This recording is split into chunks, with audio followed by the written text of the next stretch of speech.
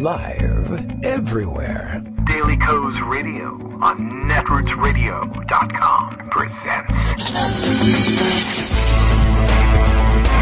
David Waldman. Kagro in the morning show.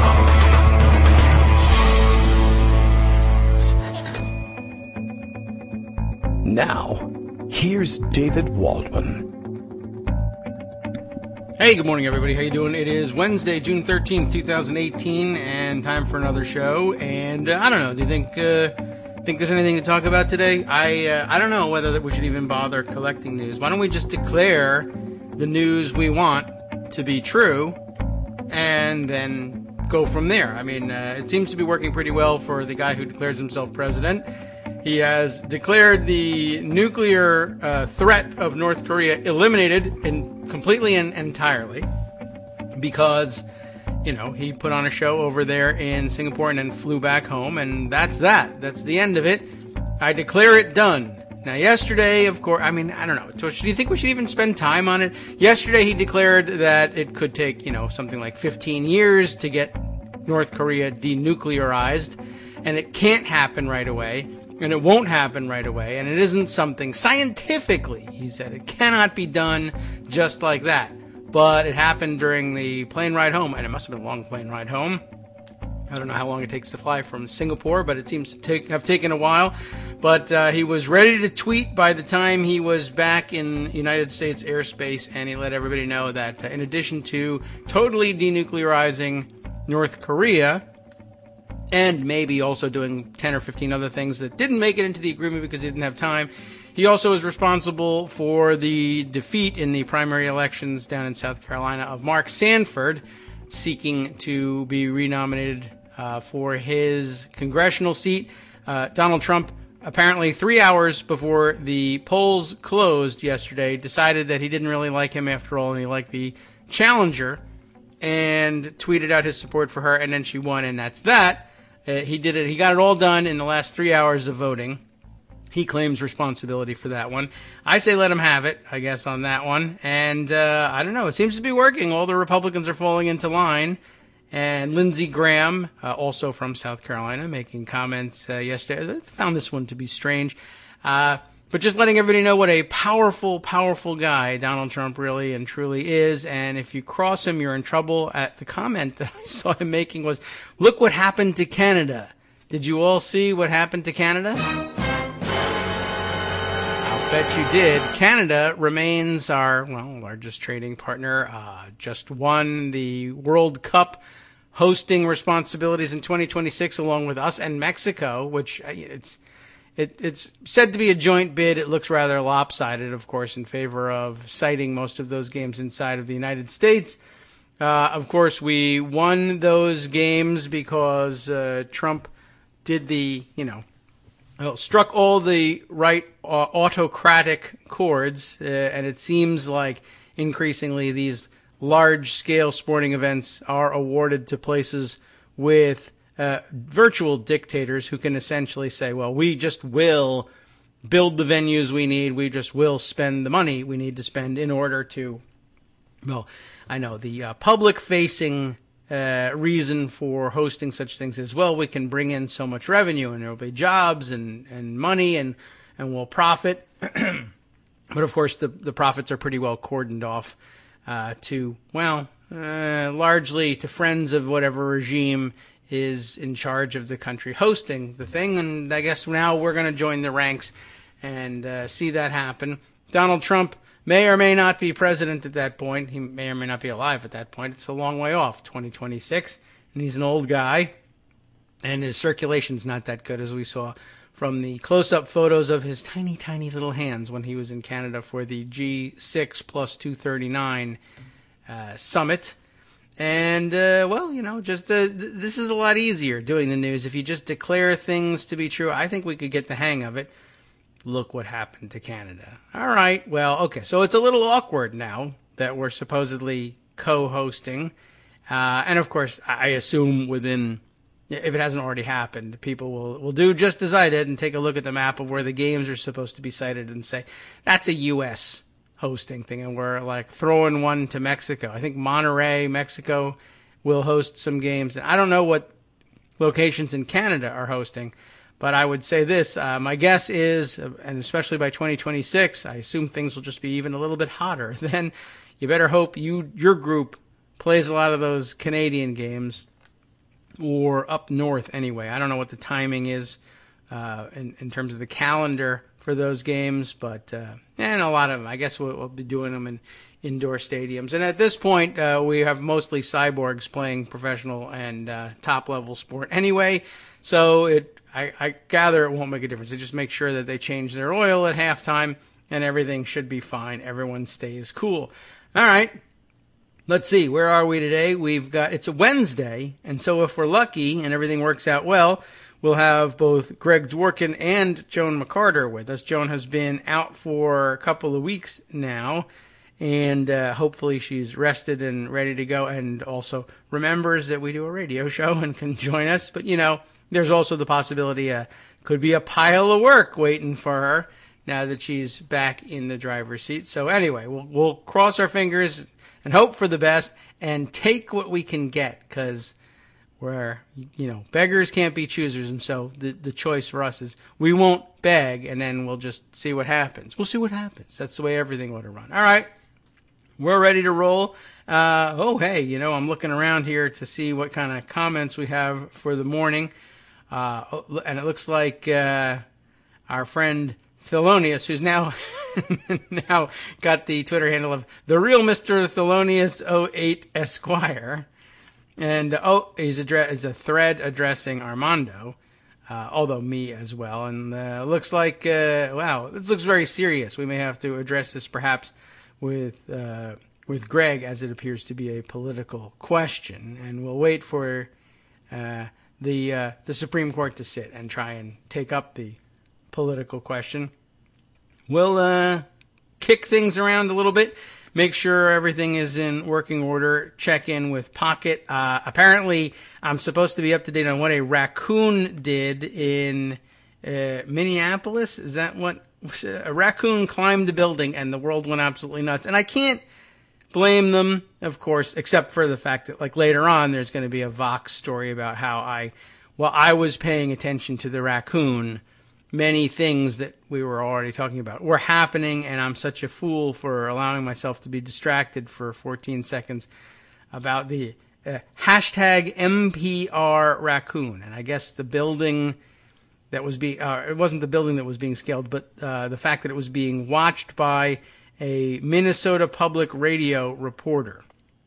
And it is a rather remarkable feat. This raccoon uses his little claws, like, Donald Trump-sized claws, to scale the outside of this building, just the face of it. And why he's doing it, I have no idea, but neither does he. He's a raccoon. Although I do read this morning, as I went to open up some tabs, some of the random, story recommending algorithms that are out there, it tells me that honeybees are the first insect known to grasp the concept of zero.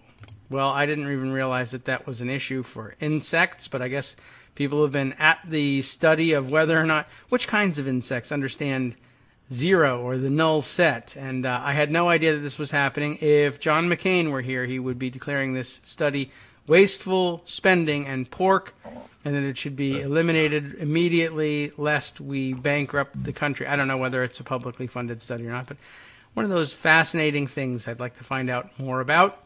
If any of you either know anything about it or are honeybees, please do let us know using the KITM hashtag.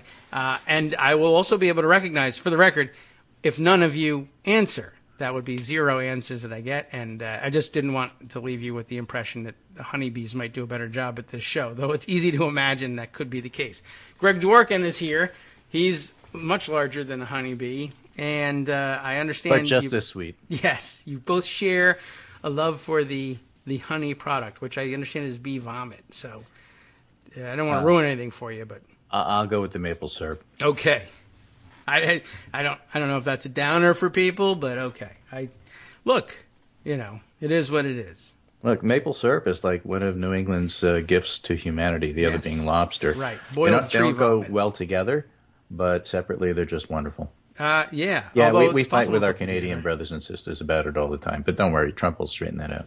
Yes. And it by the will all way, be I don't know if fixed. you know this, I do not. but the reason that there is a Canadian, Mexican, U.S. joint bid, Yes. which I don't guess know we this. won, Yay, we won. the reason we won is because this was part of the agreement that Trump and Kim signed. Oh, yeah? I didn't know Yeah, that. absolutely. Now, sure, you know, why you can't prove me wrong because nobody knows what the hell was in that, and two Right. inveterate liars got together and decided something. Yes. Nobody knows what it is. One of them's lying in Except Korean. that I will say that the rumors that the U.S. side of the agreement was signed David Dennison isn't true. And Kim did not sign his name Peggy. He just didn't. No? All right. Well, Well, maybe he did. I don't know. I got to ask Right, Michael it's in Avenatti. Maybe he Korean, did. you don't know. You don't know. I mean, you don't know anything about what happened there. That's the Right. whole thing. Well, yeah. But we know this. It was a huge triumph and Yeah, something, except for the fact that it something. wasn't. President And the for thing I life. worry about Yeah. is that, let me just give you an idea No. of some of the reaction, right, to this whole I- farce. And I have to I tell refuse. you, the whole reason this whole thing gets me so angry is the whole media approach to this What? is basically mission accomplished. Sure. Well, it was. It's the whole nonsense. They learned well, I can't say they learned nothing from it because it took months for them to realize that mission really wasn't accomplished, and it only took them 24 hours to get away from, okay, here's the pomp, here's the circumstance, let's get everybody's attention on the fact that they're meeting, and here's Kim doing his selfie walk in Singapore while Trump holds up in the hotel. Just 24 hours later, let me just give you, and this is from the Pundit Roundup today, What? just some idea of some of the reaction. And some of it is actually pretty brutal. And then we'll get to the primaries. So we have David Rothkopf writing in Haaretz.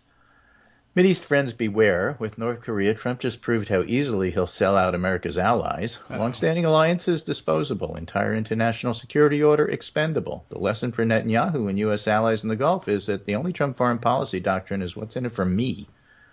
Yes. And then you have the spectacle of Trump explaining to reporters that the thing that made the bill go down, that made the agreement work, is that he explained to Kim that Kim had beautiful beaches, and if they were only developed, it would be great for North Korea. And I presume, he told him that his daughter Ivanka would do it for him.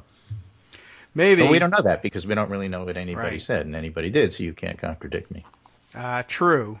And again, half of it was in Korean, so even if you meant to verify, you wouldn't be able to. Right. Trump used U.S. credibility and South Korean fear for a photo op, I wrote this morning. Cool. Meanwhile, the Department of Defense and our allies are scrambling to figure out what Trump actually did because North Korean press is reporting that Trump agreed to scrap U.S. troops and get rid of joint exercises, which Trump conveniently labeled war games. Yes, like the movie. Right. Matt McDermott summarizing. North Korea got Trump to give them their desired world stage, avoid any discussion on human rights, end military exercises with South Korea, hint at ending U.S. forces, attack NATO and allies as cheap. In return, deal maker, Trump got nothing. And by the way, I think North Korea also said, by the way, Trump will get rid of the sanctions. Yes, that will happen too. And we're going to do all of that first, and the North Koreans have no obligations of any kind until we've done our part. Right. Michael Cohen from Boston Globe. So Trump gave Kim a much sought after summit and got no tangible concessions. Now he is ending military exercises with South Korea. Maybe not. It's not clear that that's actually happening. 'Cause it's not clear that anybody pays attention to Trump. And again, got bupkis in return from Kim. He is, no exaggeration, the world's worst deal maker. This is Shep Smith on Fox, so that Fox News people heard this. Trump gave Kim everything he wanted and got nothing in return. Conservative reporter Josh Rogan, freeze for freeze, no testing for military exercises. That's exactly what China wanted. Trump just said that's the deal. Steve Schmidt, claims of achievements from the summit are nonsensical. Trump got nothing except empty promises. Kim Jong-un achieved global standing for his evil regime and got military exercises canceled. The sycophantic panting and exaltations across the GOP and Trump media are delusional. Daniel Dale is reporting on Larry Kudlow. Kudlow and Trump, he made a lot of goodwill trade gestures when he's talking about the G7. And what does he get from Pierre Trudeau? Actually, it wasn't Pierre, it's Justin, his son. Slap in the face. Kudlow, he can't put Trump in a position of being weak going into the North Korean talks. He can't do that. And by the way, President Trump is not weak, which Daniel Dale pointed out is a remarkable display of weakness. Tom Nichols adds, that totally doesn't sound weak and panicky. He had to fight with Canada so North Korea wouldn't think he's weak. And also, I just said this out loud because I have no inner monologue. Right. Right? I mean, it just gives you a sample of it. Nicole Wallace on MSNBC. It's not knowable we'll ever really know what happened in the meeting because both men are known and established liars. Yeah. And his lawyers know that. Yeah. What else we got here? I mean, just to give an idea, the Daily 202, in Kim He Trust, Trump sounds naive, not to say weak.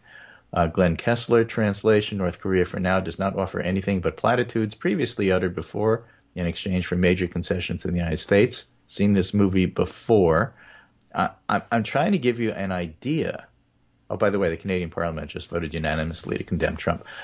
I'm just trying to give you the idea that it's not exactly singing the praises of our dear leader. Every time you hear the phrase dear leader now, you have to figure out which one they were talking about, Kim or Trump. Right. And nobody is, writing here that it's a unanimous win for Trump. He didn't get that.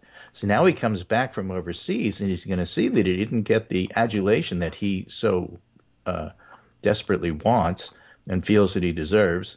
This isn't exactly Nobel stuff. And the question is, how much does he flip out? And on top of that, putting a little bit more pressure on him is this story from Vanity Fair, also having the pundit roundup, which doesn't really sound all that good. It's basically that things are really coming to a head. The era of primal Trump. Insiders fear Trump is lurching from one nuclear showdown to another. Advisors worry that with Singapore in the rearview mirror, it's going to hit the fan pretty soon, meaning that Michael Cohen is expecting to be arrested any day now. Yeah. So Manafort's going to have his day in court. No, he says no. Right? And Mueller's going to have at least the obstruction of justice, part of it, delivered to Rod Rosenstein within the month. Oh, well, all right. And at which point it will be dismissed entirely. That's what Giuliani says. Yeah, well, Giuliani, let's talk about Giuliani. Oh, okay. He's got a bit of a problem himself. Well. Okay, this is from the Daily Mail. Rudy Giuliani's estranged wife claims he did have an affair after he denied sleeping with a married woman weeks before she filed for divorce.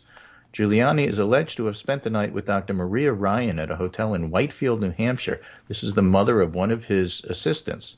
Giuliani went to court to defend his assistant against a driving charge of some sort. And really good the mother is a hospital administrator, and Giuliani winds up sleeping with her. That's so hot. His rendezvous with her mother was a week before his wife Judith Nathan filed for divorce. Giuliani denied having an affair and said there was no proof he and Ryan spent the night together because the entire thing was done in Korean. There's no proof because she couldn't tell. He described her as a fine woman, and said there was no proof that they had sex. Cough, cough, cough. I'm just pointing out this also happens at a time that there's another story about Giuliani in the Louisiana press. Wow. Rudy Giuliani, seen socially recently with political consultant Jennifer LeBlanc of Lafayette, will headline a fundraiser for her 3rd congressional district candidate Josh Guillory at the Petroleum Club, Guillory's campaign said. Giuliani, the former New York City mayor, and this is like within 24 hours, this story, is among the President Donald Trump's highest profile surrogates. Guillory, a Lafayette Republican and attorney, is challenging incumbent Republican Congressman Clay Higgins. Clay Higgins is a big Trump supporter. Wow, what?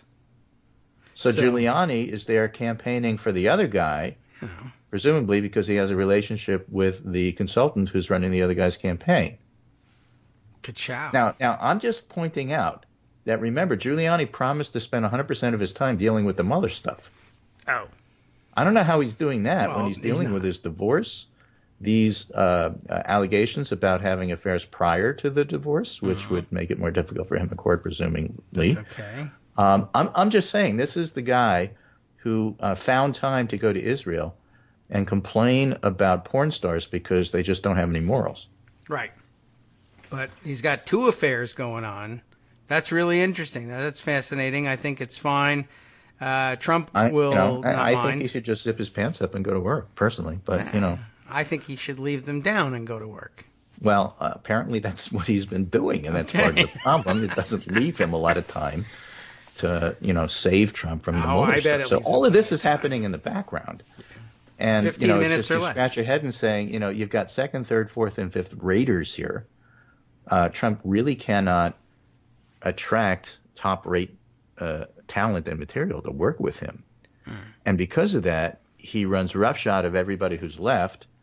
Apparently, if there are any grown-ups, they've all gone, except maybe for Mattis, and I'm not sure what's going on there. Mattis still has to deal with the fact that Trump basically promised to hand Kim half of the U.S. military just to make things even. He may not be going to work. I don't know that he's reporting in every day. I wouldn't, but... Hard to know. So that's the background to all of this craziness. And I'm just trying to paint the picture here of Trump not exactly arriving back in the U.S. in a triumphal mood from everybody looking at him, however he feels himself things are going. And when he realizes that his own image of what's happening and then the actuality of what's happening, when they clash, usually that's when he starts having a meltdown and tweets out all sorts of interesting stuff. So that's what we're waiting for. But the ones he went. Did Mattis even go to Singapore? I don't know. Yeah, I mean, I didn't hear anything about it. You've heard nothing about Mattis. Why would the Secretary of Defense... You've heard nothing about anything of substance because nothing of substance was actually done. They didn't do any of the work and the preparation that's required for making something like this happen. So who knows? I'm just saying, I don't know the answer to whether or not Mattis went because I haven't seen it covered. And I imagine if it wasn't mentioned that he didn't go, but I mean, I did see coverage, and I don't know whether it actually happened on this front either. But did Sean Hannity go to Singapore? He was supposed to go to Singapore. No, I think he was with Rudy. Okay, and I mean, even I don't know what Chuck he was doing. Johnson, the Rage Furby, was saying, "Oh, I'm going to Singapore." I guess everybody was just lying, but I'm just curious. There was more speculation about Sean Hannity and like a couple of alt-right trolls going to Singapore than there was reporting on whether or not the Secretary of Defense has any role whatsoever in the discussions about military matters. But whatever, who cares? Why would you involve anybody? That's just a waste of your time, and Mattis probably knew it. So he may be the smartest guy in the administration for staying away from that. You'd think it would be mandatory, though. You'd think. Peace and foreign policy here. Trump pardons another celebrity criminal. He did? At the Singapore summit, the U.S. president let Kim off the hook. Okay. It's clear what Kim achieved. First, after 2 decades of North Korean leaders trying to lure a U.S. president to give de facto recognition to the regime for its nuclear weapons achievement, Kim struck gold. Isolated because of his nuclear weapons program until recently, Kim couldn't even score a meeting with Chinese President Xi Jinping, the leader of North Korea's only ally. Now he's got 2 meetings with Xi, 2 with South Korean President Moon Jae-in, more on him in a minute, and a meeting with Trump under his belt with who knows how many more to come. He met under Trump's belt? Well, that's a big belt. Second, Kim has blunted the maximum pressure he knew he would face after escalating his missile nuclear attacks. Maximum pressure, of course, is in scare quotes. Oh, yeah. The United States may keep sanctions for the duration of talks, but China, which accounts for 90% of North Korean trade, has already visibly backed off from sanctions. Even U.S. sanctions, which the government significantly strengthened last September, require active application against North Korean and third country entities, and that appears to be off the table. And then third, Kim won an unexpected bonus with Trump's commitment to end annual military exercises, a unilateral pledge that blindsided South Korea and Japan and will leave U.S. forces less prepared to deal with the North Korean military that is no less dangerous than it was before the Singapore summit. Even more stunning was Trump's claim that he would eventually like to withdraw troops from Asia. Maline's rattling statement that will warm hearts in Beijing and Moscow. Everybody in Eastern Europe is also paying attention to this. And Trump's words have ripple effects, which, of course, he's far too dense to understand. Yes, though he's got a lot of ripples. I know that. So the North Korea is in a very, very strong position relative to South Korea now, because the South Korean president, Moon Jae-in, and did you hear the axe story about him, by the way? Axe story? Yeah. I don't think so. Back in the day, this must have been when he was young. He was in the South Korean military. Yes. Oh, An okay. axe incident. Yes. Oh, okay. I thought this was like something happened with an axe this week. Something happened with an axe Old years time. ago. Yes. All right. Decades ago. That I have heard a little bit about that. Yeah. It's a tree. And the That's what you use axes U.S. for. observers wanted to get a better view of North Korea, so I guess it was up in the DMZ. Want to see those beaches? They started to cut down the tree.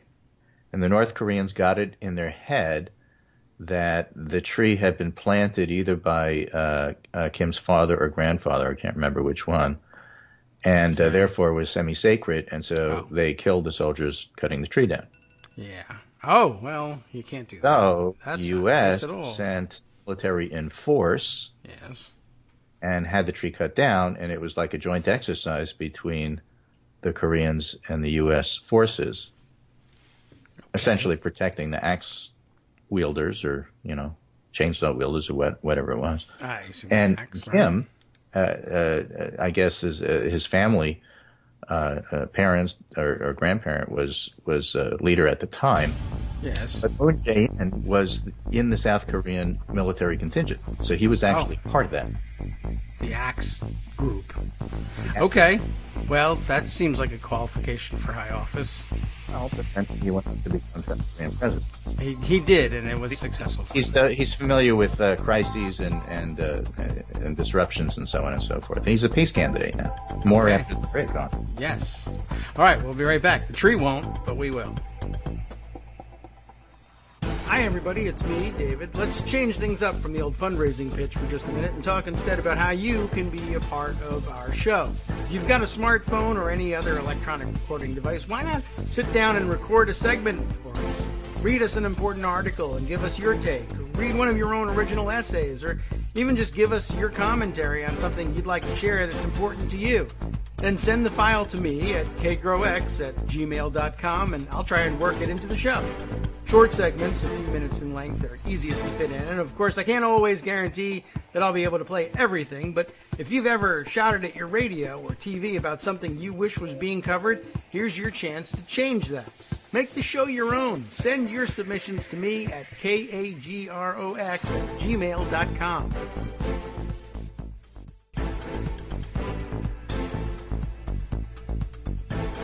All right, welcome back to the Kagro in the Morning Show here on Net Roots Radio. Big news, after a delicious meal of soft cat food, the NPR raccoon has been caught and will be, it says here, picked up by wildlife management on his way to a farm upstate, I'm sure, and, where you can have all the soft cat food you want. And after a little bit of the dry, crunchy kibble, Greg is back. Hi. So, And the other keep nice you fed. part That's is nice. that the raccoon is set to be the next Secretary of the Interior. Yes, right. He's got the same qualifications as anybody else that Trump is putting up for the Right. office. But And he's looking a to little bit be a less makeup artist for Trump as well. Do something about those raccoon eyes. So, back to President Moon.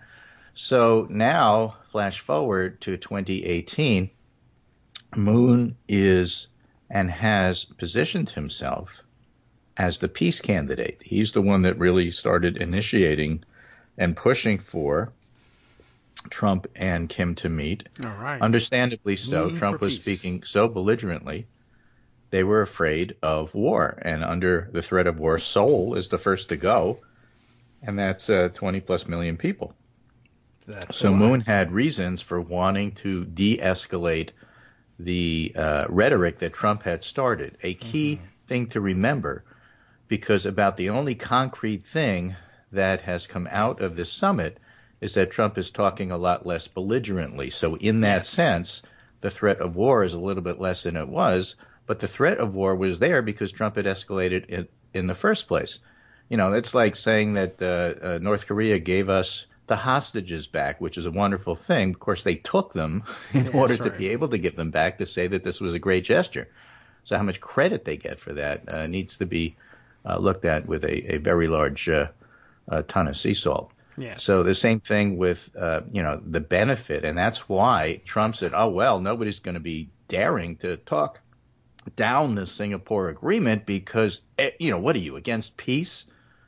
Well, actually, what we were against is you trying to escalate it to war in the first place.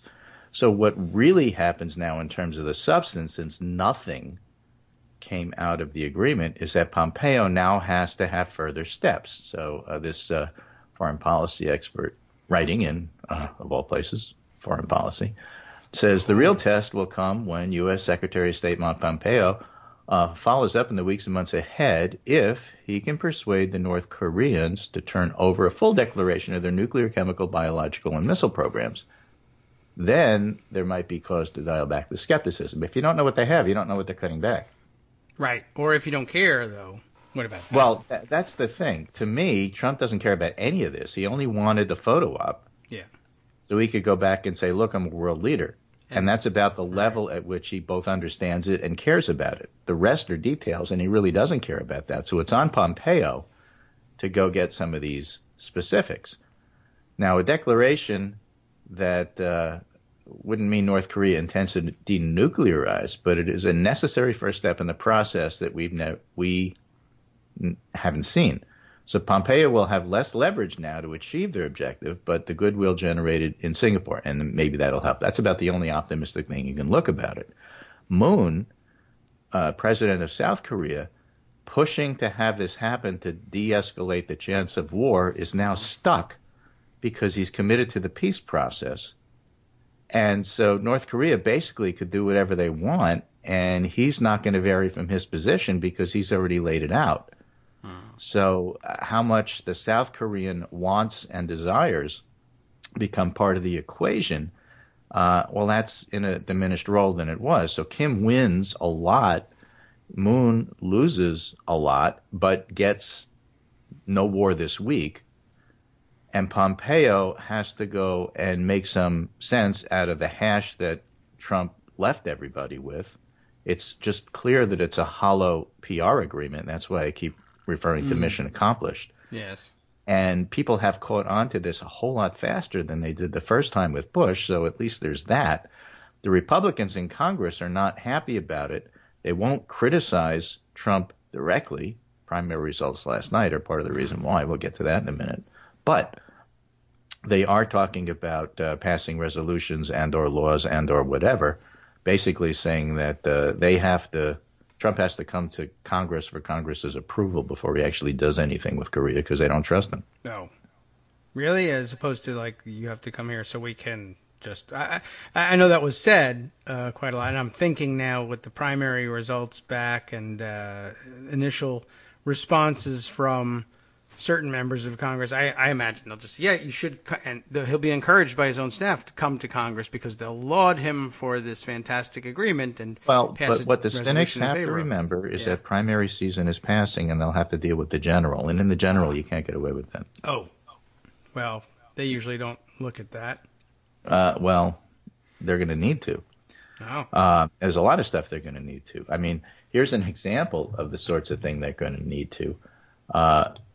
Ron Brownstein is writing, joining the lawsuit to invalidate the Affordable Care Act protection for pre-existing conditions seems a huge unforced error for Morrissey running against Manchin in West Virginia. Manchin is quickly declaring in a fundraising appeal Morrissey wants to take away affordable health care for hardworking West Virginians. And presumably McCaskill will do the same thing with Josh Hawley. These are attorney generals whose states are joining the lawsuit against the Affordable Care Act. Yes. And it's just an example of how stuff that you do that you think works in the primaries doesn't necessarily work in the general election. Here's another example. And this was a special that happened in Wisconsin yesterday. So special. So special that Scott Walker didn't want it to happen. Yeah. He refused to call the election but was forced to. And this was a plus 18 Trump district, a state Senate seat, and the Democrat won by, I think, 4 points. Well, that's so it's another flip. Backwards for the numbers. That's odd. And you look at that and you say, I don't know.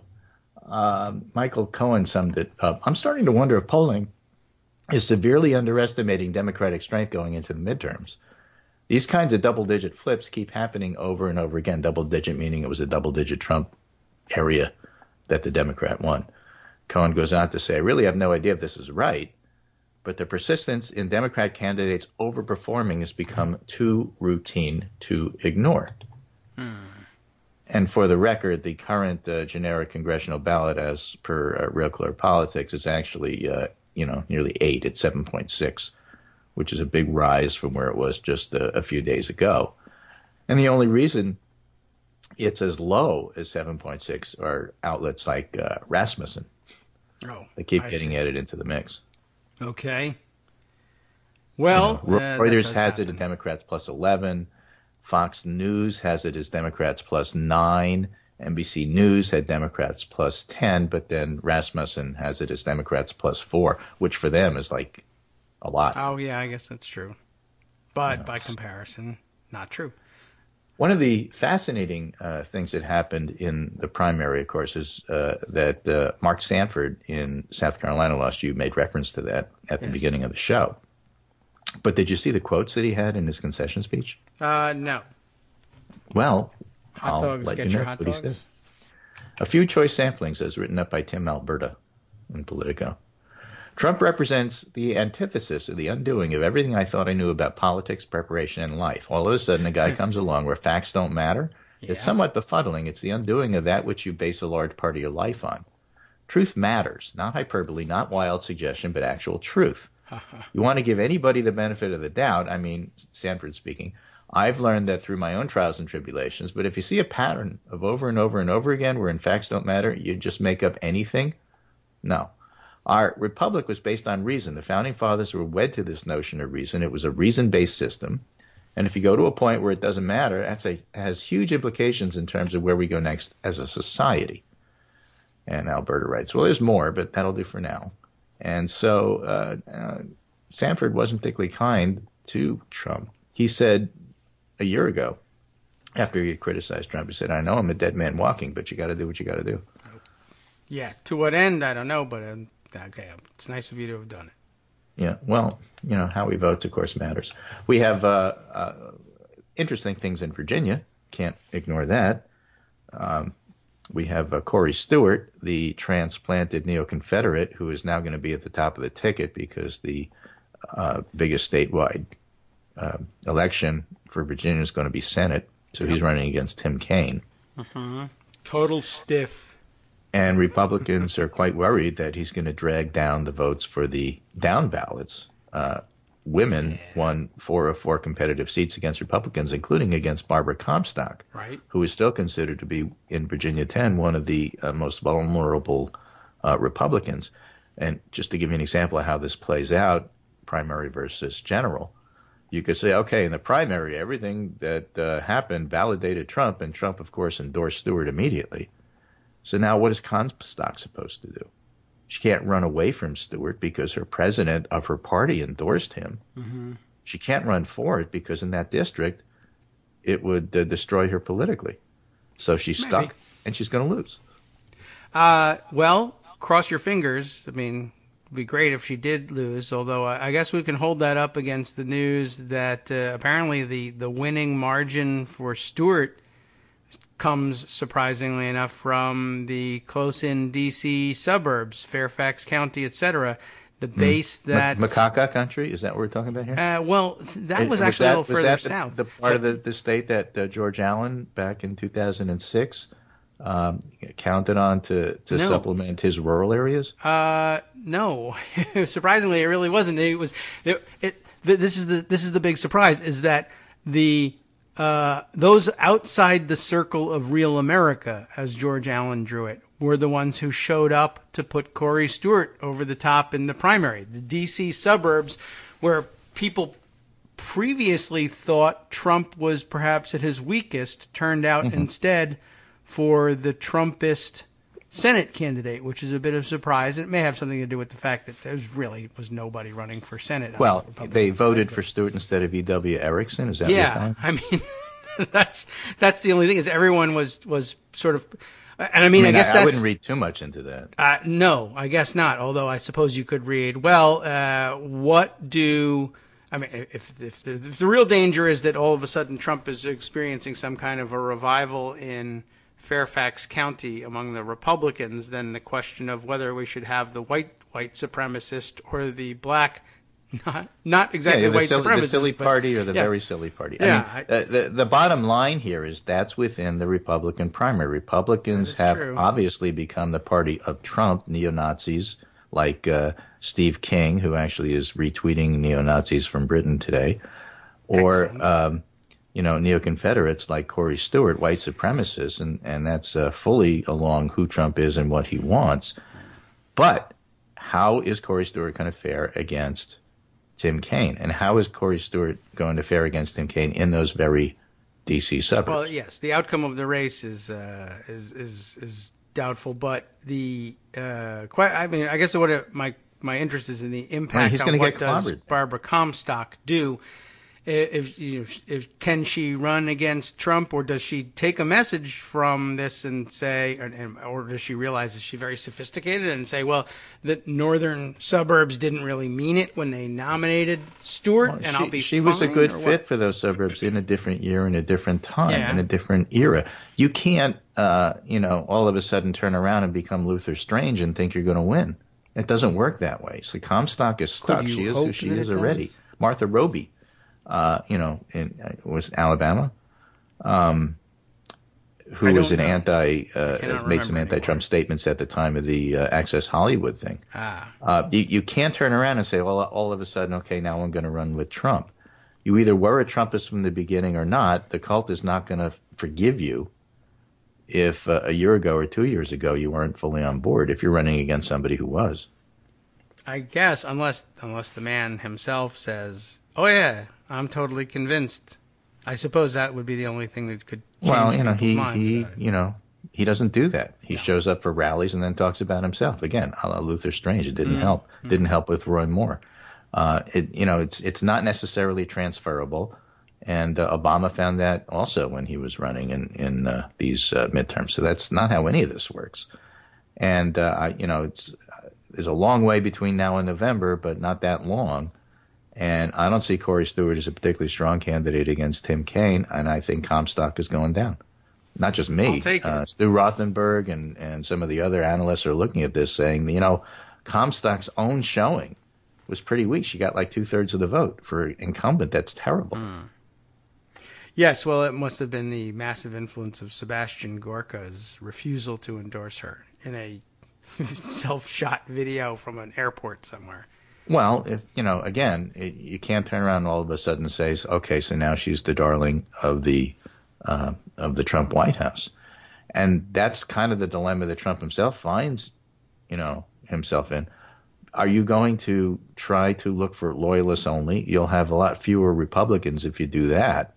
If you're going to be a purist about it and exclude the Comstocks of the world, then you wind up losing that seat. But if you try to endorse them, then you just come across as another Luther Strange. We really know, what's going on here, and it's not that transferable. So, I just think this is part of the dilemma that the Republicans are going to have in November, and it's not an easy conundrum for them to solve. So let's watch how Comstock runs. We got some other pretty flaky people running too. There's against Angus King in Maine. The Republican candidate's going to be Eric Brakey. Oh, what? Eric Brakey is a Drain the Swamp Trumpian who has this fantastic video of him doing the Harlem Shake in his tighties on YouTube. Oh, my God. I would have thought which is, oh, my God, it's like one of those, if you see it, you can't unsee it thing, but it's real. Well, I'm going to put that off as long as I can. I'm just informing you that it exists. All right. Of course, I'm sending it to you so you can look at it later. But that's some of the stuff that's happening, and other things that have happened in the primary last night. Again, I think that let's look at Jennifer Duffy, Virginia Senate, Jennifer Duffy and Cook Political. Okay. Virginia Republicans have to be wondering how much damage Corey Stewart's going to do to their down ballot candidate, Stuart Rothenberg. Commenting on Dave Wasserman's tweet, Dave Wasserman says Representative Barbara Comstock is up 59-41 In Virginia 10 with 78% reporting. That's astonishingly weak for this two-term incumbent. And Rothenberg says this is a disappointing showing for Comstock and a terrible sign for her in the fall, plus a terrible sign for the GOP generally. I hope she so. fits the district quite well. So that's how people are looking at this. It's not just me looking at it and saying, I think it's just really bad news for Republicans. The nonpartisan analysts are looking at this and saying, this is really bad news for Republicans. So at least in Virginia. So sure, good news. You can knock off a Mark Sanford because he's not Trumpian enough, and that works in South Carolina.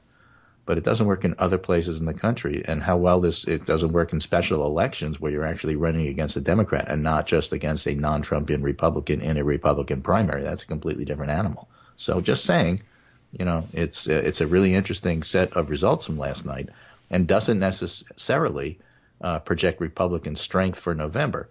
Just that if you're going to have a Steve King who's a neo-Nazi and Corey Stewart who's a neo-Confederate, and you're not going to have a Mark Sanford who is a solid Freedom Caucus Republican conservative, and that's what the party is, then basically they are who we say they are, who we said they were from the beginning.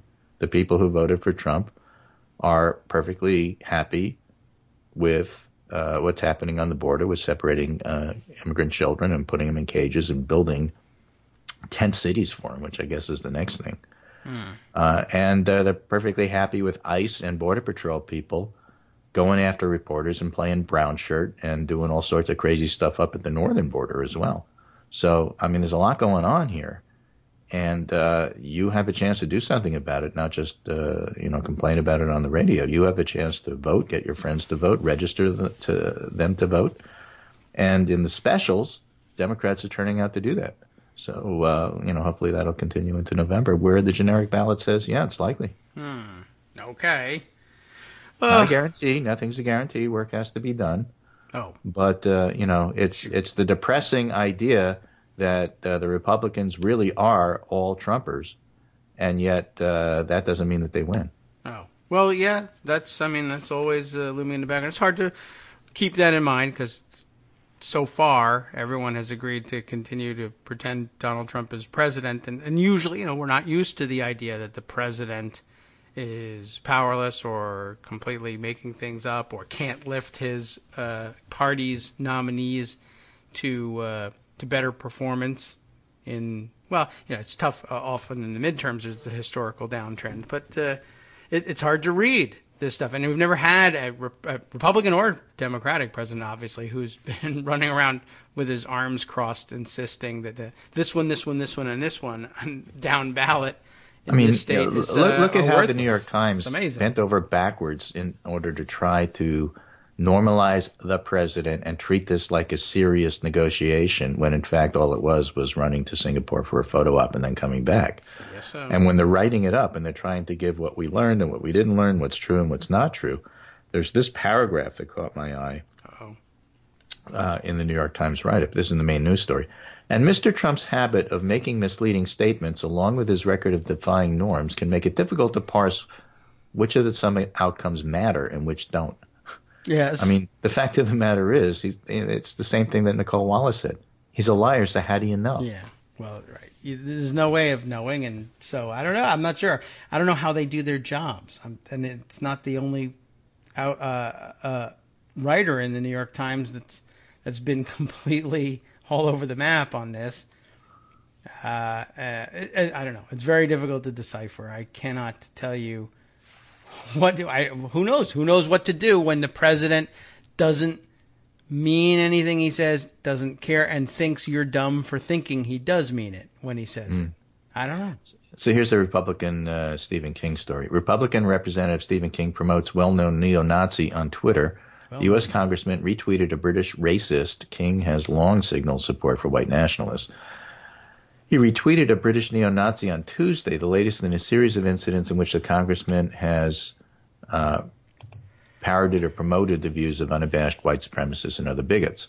Europe is waking up. Will America in time? King tweeted, linking to an anti-immigrant tweet from political activist Mark Collett. Collett is one of Britain's most high-profile white supremacists who has expressed admiration for Adolf Hitler and has called himself a Nazi sympathizer. In normal times, King would be repudiated by his own party, but don't hold your breath waiting for that to happen because it's the Trump party, neo-Nazi party, Corey Stewart, Confederate party. Yeah. Well, it would be normal. In normal times, you probably could expect it. Although I will note that in normal times, if you pointed out that Steve King was retweeting Nazis, there would also be a contingent of Republicans saying, you compared him to a Nazi, you need to apologize. You have violated Godwin's law. And remember, it wasn't so long ago that Democrats said, oh, yeah, you know what, I do apologize. Right. Well, I don't think too many Democrats are backing off of any of this that stuff. time is gone. And look, we've done well with eliminating both the need to apologize for comparing them to Nazis, because maybe the comparison has become more obvious. And I think also, what we need is a thoughts and blogger prayers. ethics panel. Yeah, that's probably it. We haven't had one in such a long time. And that must be the real reason all of this is happening. If we had been examining our ethics, none of this would ever have happened. So with that, that's my summary for today. A lot happened. Try to bring it together. You have what happened over in North Korea and U.S. in regard to the Singapore summit. Yes. But I think that by now, the U.S., the press, and the world are stepping back and saying, there was a lot of hat and no cattle here. And at the same time, we have primary results which show you can't depend on Republicans to do much of anything good, and therefore the main thing to do is vote them all out when it comes to November. So I think that message is pretty clear, too. This is Greg Dworkin speaking with my good friend David Waldman, and Thursday's tomorrow, not today. And so I'll be back tomorrow, and we'll talk about it some more. We'll see if Joan's around, and she'll add stuff. If not, and she's busy, then next week. But either way, there's still plenty for you to cover because there's a whole lot of stuff going on here. Okay, I guess I'll try covering it then. I don't know what the real purpose is. They'll just make up new news after I get finished. So they keep doing that. It's all fake. Every time we finish, writing everything up, then they just go do more stuff. That's been happening for a long time. I got to write somebody about it. Yes. All right. Write your congressman if they're still your congressman. Let's see who my congressman still is, because things change. Right. It's another thing that changes all the time. Okay. Well, thanks very much, Greg. You know what? I'm checking this list. I'll ask you via radio. We got to have that. I don't see that foreign policy piece somehow on the list. I must have missed that, or it's in the roundup. I might have scrolled past it. But okay, we can look that up and make sure that all of you can read it and share it on your own during the rest of the week. And here is a tweet that caught my eye during the discussion of what the inability to discern from the New York Times what has really been happening. Josh Marshall pointing this out, saying, I gotta say, this is a friggin' crazy U-turn, absent any explanation or mea culpa for the New York Times, and in particular for Nicholas Kristof, who tweets his story this morning saying, my take on the Trump-Kim summit. I don't even call it a summit, but okay. My take on the Trump-Kim summit, Trump was outfoxed in Singapore, which, at first blush would make you say, oh, that's in keeping with what's being said generally and probably elsewhere in the New York Times, right? What's the problem that Josh Marshall has to say? What's the big U-turn? And he says what it is in his tweet, but then he illustrates the point that much better by juxtaposing the headlines assigned to Nicholas Kristof's articles as between June 6th and June 12th, which most of you that can do basic math would know is 6 days. Right? Yeah, 6 days. Everybody can do the 12 minus 6 thing. June 6th headline. And he tweets this along with, come the F on. And there's an answer from Nicholas Kristof in case you're interested. His June 6th headline is, Democrats childishly resist Trump's North Korea efforts. 6 days later, Trump was outfoxed in Singapore.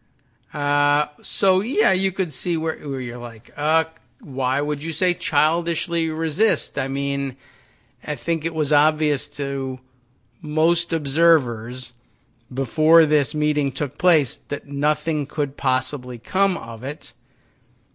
and it was a foolish endeavor, and it could not be meant for anything but show and getting a photo op and walking away and declaring yourself the winner. Now that you've seen it, I guess you can now say, all right, Trump was outfoxed. And maybe Nicholas Kristof's explanation is, well, on June 6th, we didn't know it was going to be worthless, and on June 12th, we did. Let's see what he says. Nicholas Kristof says, what I objected to was Senate Democrats setting hurdles that could never be met, like anywhere, anytime inspections. That meant no deal would pass muster.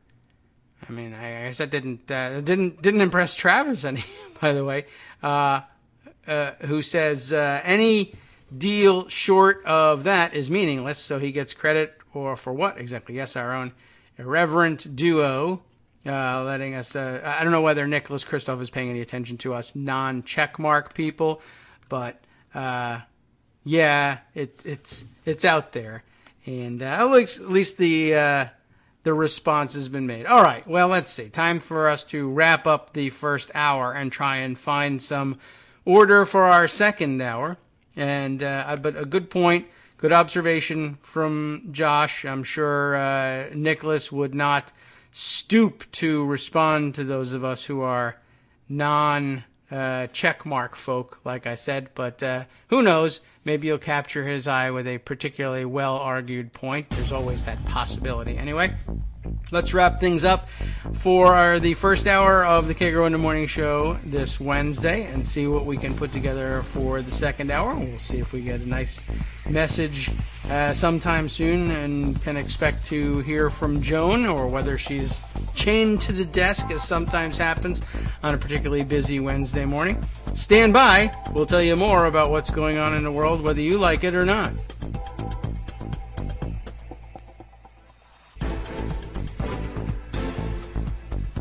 Welcome back now to the Kagro in the Morning Show here on Netroots Radio. Oh, and thanks very much not only to Greg for sending me that foreign policy article, but also to Mary Kirkwood for retweeting it so that I could see it.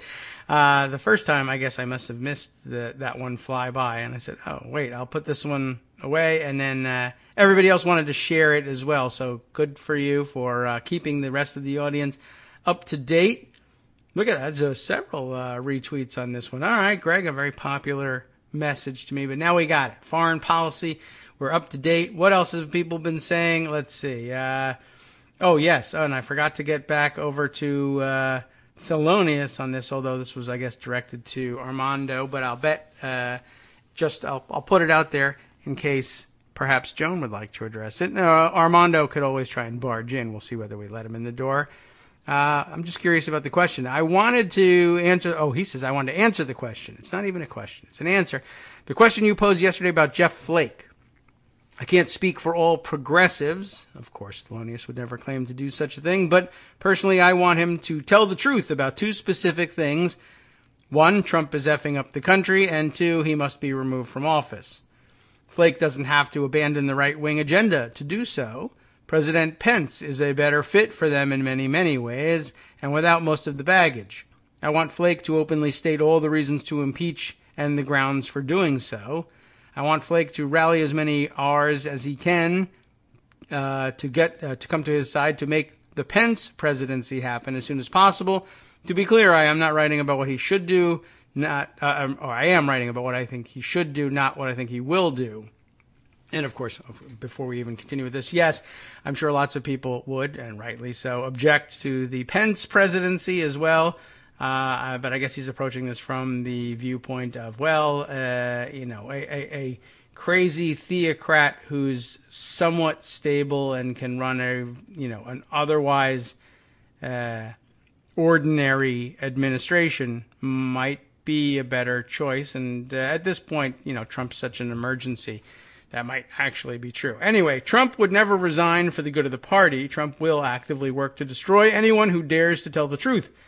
If Flake or any other R was honest about the need for impeachment, there would be a nasty fight within the GOP, and that's good enough reason to hope that he one day actually does this.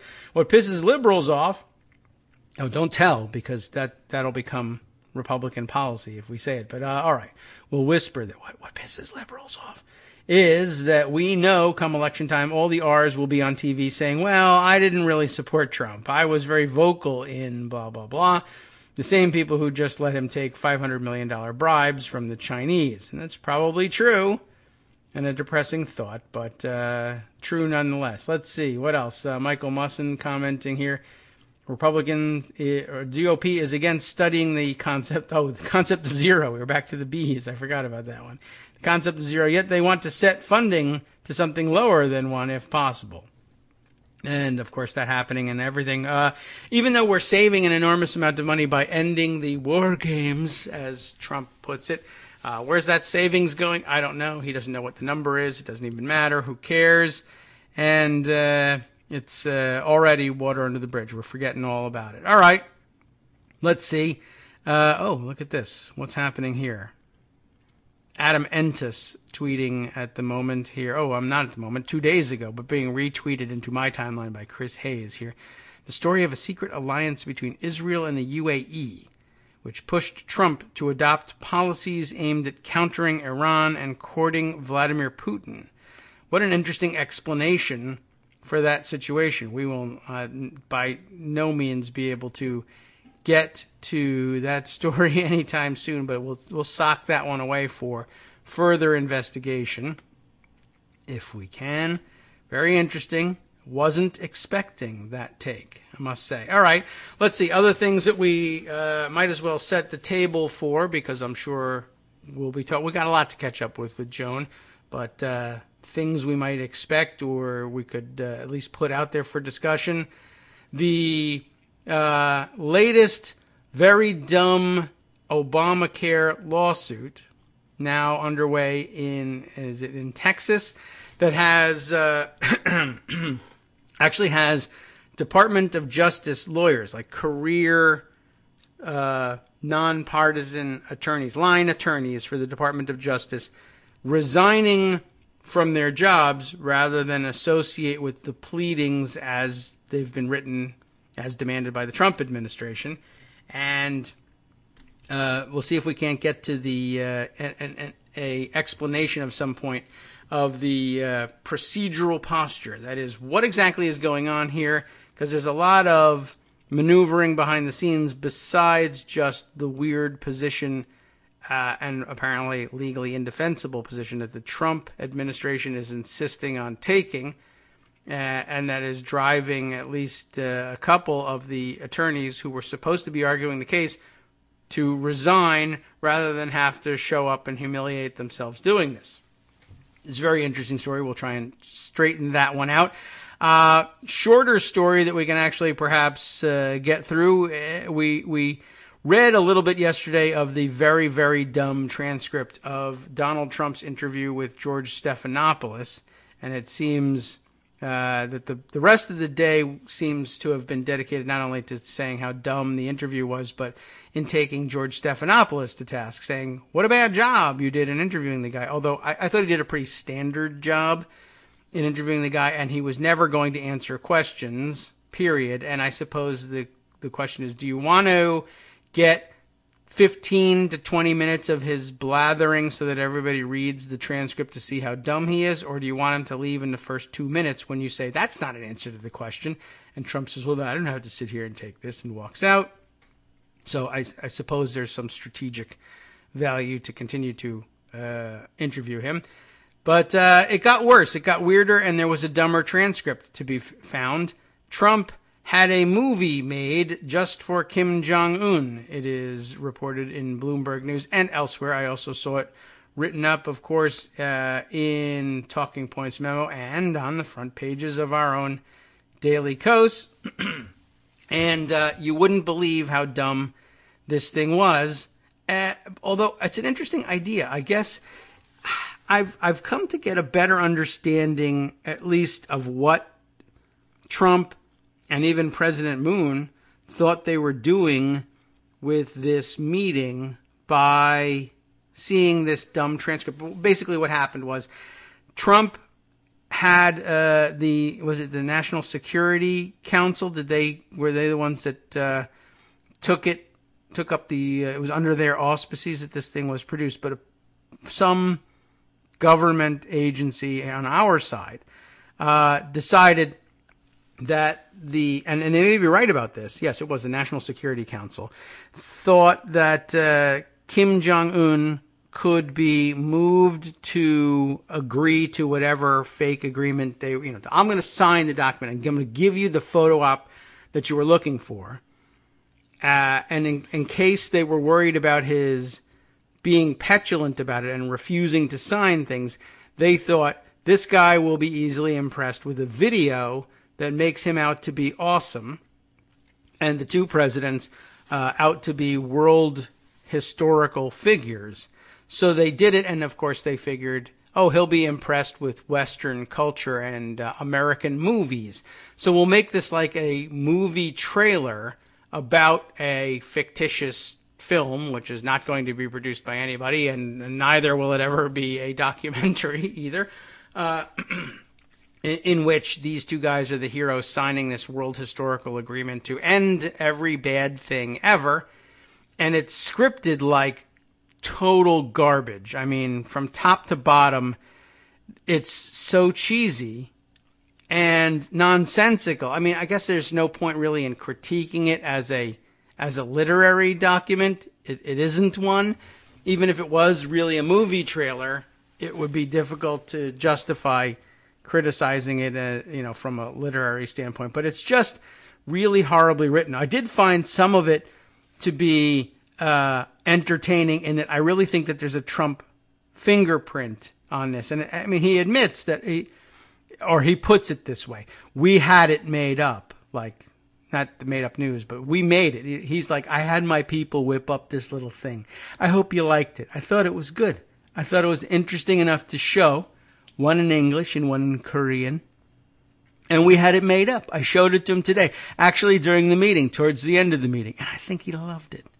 And he showed it to him on an iPad. And that's really nice and all that. Very intimate and a beautiful moment. And it sort of plays it that cheesy. And what's really funny was, like I said, there's some lines on there that really feel like Donald Trump lines. And you got to see this thing. I don't know if I can't play it, I don't think, but I'll see if I can scrape it up. But I do want to make room for Joan to come in and join us and just say hi even at this point, just because it's been so long. But in the meantime, what I can do is I can try and gather up this. I think you might even be able to play it on YouTube somewhere pretty simply and get the audio. But this line in there about, what did he say? First of all, saying like, you have a choice. The two leaders had a choice. Would they continue their horrible march toward world-ending nuclear war, or would they want to live a great life? Would he choose a great life? Which I thought was like really very super Trump thing to say. Choose a great life where you're playing golf and eating hamburgers and doing all sorts of fun things. And of course the signature line, this was great. Will he shake the hand of peace? This is now he's asking about, I guess, Kim Jong-un. Will he shake the hand of peace, the tiny fingered hand of peace, and enjoy prosperity like he has never seen? That's purely Trump. I mean, I imagine that if he had any hand in the drafting, he would have said, you got to put that in there. Prosperity like he's never seen, because he's never seen it, you see. I think I can actually play the audio, but maybe we'll save that for later if we get a chance. But it's like puke-worthy, this, or at least cringe-worthy, if not necessarily puke-worthy. But it's an awful, awful script, and I imagine that that's part of the reason that Donald Trump found it so fulfilling and entertaining. It sounded like a movie thing, and they even throw in little things like, I don't really know why we said this. I mean, the whole thing doesn't have any basis in reality, but I don't know why we said this. It's just, I've heard trailers before, and usually the announcer guy says something like this at this point. So let's say, featuring President Donald Trump, and coming soon from Destiny Pictures, which, oh, by the way, is a real company, but they weren't involved in this thing. I don't know why they chose Destiny Pictures as the name, but they were desperately trying to make this sound like a movie thing, I guess, figuring that Kim Jong-un is a big pop culture fan and would really appreciate it. Maybe he did, maybe he didn't. I don't know. He speaks Korean. I don't. You tell me. But we'll see. We'll see what happens. That's the answer to everything. Joan McCarter is here. We saw that happen. Good morning, Joan. Hi. It's been a while. Good morning. What happened since you left? I don't know. Yeah, nobody knows. What even, if it were up to you, if you were doing the show on your own, what would you even start with today? This is a $64,000 question because there's I don't have $64,000 for you. I don't no have pressure. An answer for you. That's okay. Obviously, I will give you 50 cents if you can come up with an answer. If you I don't have know, PayPal or Kagro. something. I don't okay. No. know. Okay. All right. Well, I don't know either, but I mean, well, let's see. One of the things I thought might. Have you been? How up to date are you? Have you been like sunning on the beach, or are you reading the news these days? What have you been up to? I was trying to avoid the news as best I could in Great Britain and in France. Oh well, but they do report the news. Every person who spoke English came up to me and said, "Tell me, what the hell? what are going you people on? doing?" Yeah, in the UK they had a harder time doing that because, of course, I don't know. They're falling apart over Brexit. Right. But yes, the French undoubtedly thought it was fascinating. Yes. Sadly enough. But okay. Well, I mean, that's actually quite a topic in and of itself. What did you tell them? I told them we didn't vote for him. We talked about the Electoral College. Oh, right. Was that a surprise? Of course, this was all pre-Korea. So since that just happened last week and I've been back a week. Yeah. Unbelievably. Sadly. Okay. I didn't want to come home. Yeah, well, I can imagine. And the temptation to stay must have been tremendous. And I could live in New York. I could very happily live in the moors. The internet makes it possible. With the TV turned off. Yes, right. Well, off the grid. You know what's their refugee policy over there? We may want to check into that. There's that too. Oh. But I'm white. I'd be okay. Yeah. Well, I understand that plays to tremendous advantage in a lot of places. It certainly does. All right. Well, we don't want to necessarily capitalize on that, but I mean, I certainly don't know where to start. But you were in a good spot with the whole crazy movie trailer aspect of the entire so-called summit. Yeah, and I was puzzled by it. I think Greg helped me figure out a little bit of what might have been motivating the South Koreans in all this, because you'd think they'd be tearing their hair out, but it sounds like perhaps they really just thought that the only thing that really mattered was can we get the North Korean leader and Donald Trump to stop having Twitter wars or things quite like it, and stop calling one another names and put ourselves at ease. And what it takes is staging a photo op, then let's do it. But I don't know whether they thought any further than that. Like, what if we stage because we now apparently have the offer from Trump to completely end having war exercises with South Korea and Japan. But they are saving a lot of money. I don't think that they probably had that in mind if they were looking for a détente between the two. Yeah, I mean, that may have come as a surprise to them, although they may be enjoying tremendous savings as well, as Donald Trump has pointed out. Came as a surprise to Mike Pence, too, apparently. Yes, and they have not straightened it out. I don't know if we've still figured out exactly what Mike Pence told the Senate Republicans yesterday. Cory Gardner was pretty specific that Mike Pence said, no, we never made that promise. Trump is saying, yes, we made that promise. Then Pence's spokesperson said, no, Pence never said that to the Senate. So I don't know what to make of that, but yeah, we didn't really discuss it yet, and I think everybody's probably up to speed on it. But I mean, in case you didn't get it all right, Trump says, well, First he says, well, there's a lot of things that didn't go in the agreement that are going to come as a surprise to us. Time to put on paper. Right, because reasons. I mean, I tried to analyze that yesterday, but then I was like, what am I analyzing this idiot for? This is ridiculous. I didn't have time. You left early. That's why you didn't have time.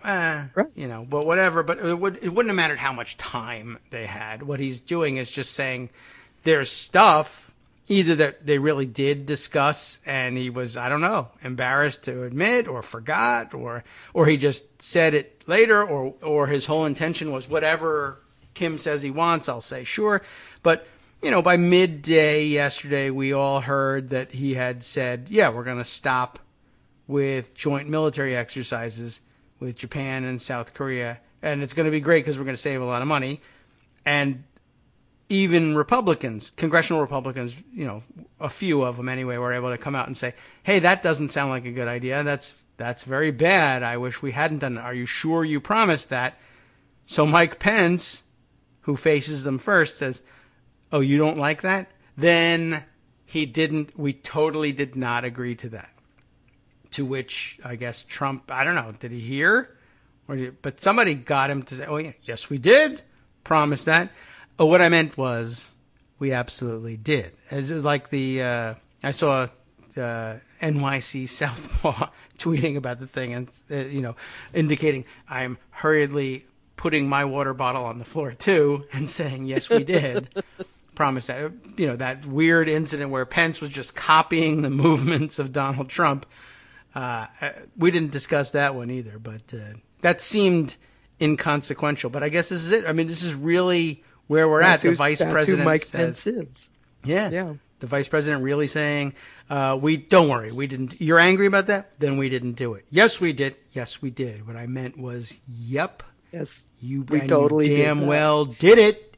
We totally did yeah, that. Right. No, we never. Oh, yes, we damn well. Oh, we did. And it's great, too. And I love it. And I don't know. I wonder how much we're saving. That's apparently a big deal. We'll never get an accounting of that. Maybe that's a big deal for Donald Trump because he could steal that money possibly. That's a positive outcome for him and about par for the course.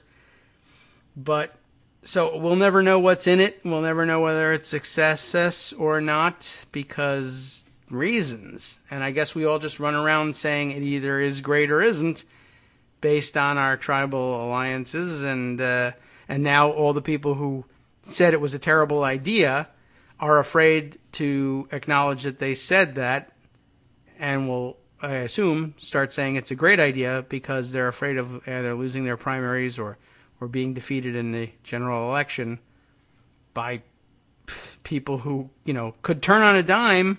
I mean, what happens if tomorrow Donald Trump hears from Jim Mattis? No, we can't. Oh, then we didn't. Now, that's the other thing. As I was talking to Greg, has he been working, Jim Mattis, last week or so? Haven't heard anything from Jim Mattis in the last week or so. I am surprised that the Secretary of Defense has not had anything to say about matters of defense. But he may just be like, do I get a pension from this? Does this count? How long do I have to stay here? I really don't know. So I'm just going to do a quick Google. Okay. You might as well give it a shot and see what, if anything. I hadn't even thought about his absence in all of this. But very good point.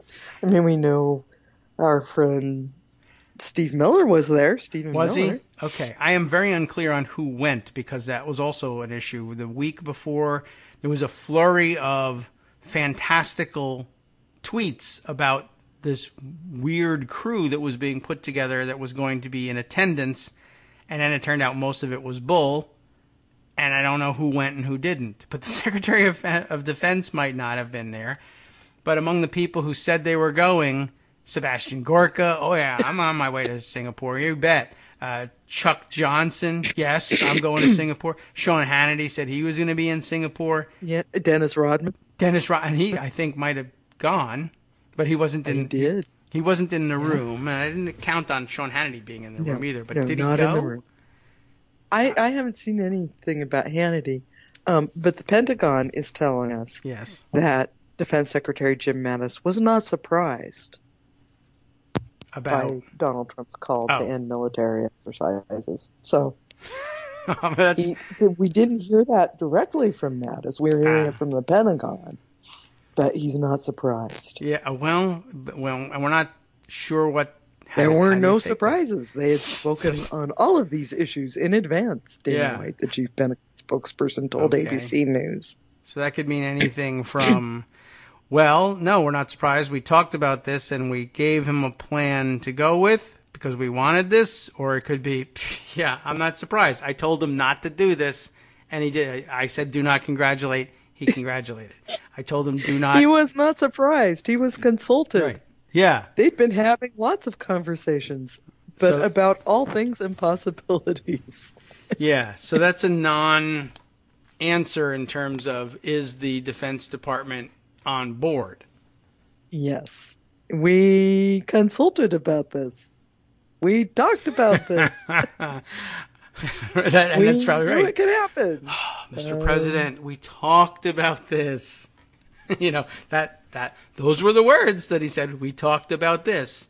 Is it, oh my God, how did you do this? We talked about this before you went. Under no circumstances were you to agree to this. Or is it, oh yeah, we talked about it. We had it all. Surprising, but we said yes. No congratulations. No congratulations. Mm-hmm. So, well, we'll uncover that in, I don't know, the next couple of days, I suppose.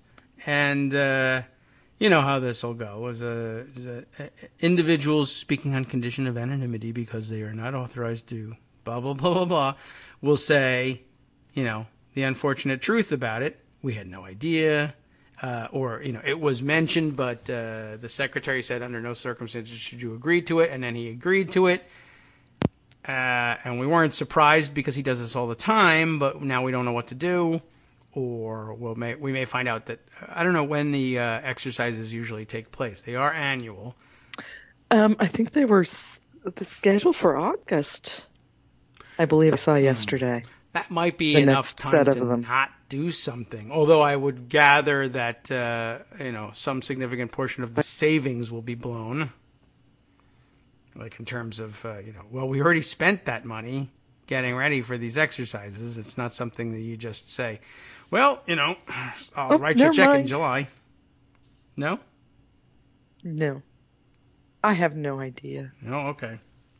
I wouldn't know because I've never scheduled them or canceled them, but I assume, most things of that scale require a significant amount of planning and spending up front, but I'm sure that Trump doesn't regard that as significant savings, or a significant loss that people have been paid to plan them to this point. What I think he's thinking of is in terms of, well, how much gas does it take to run the boat?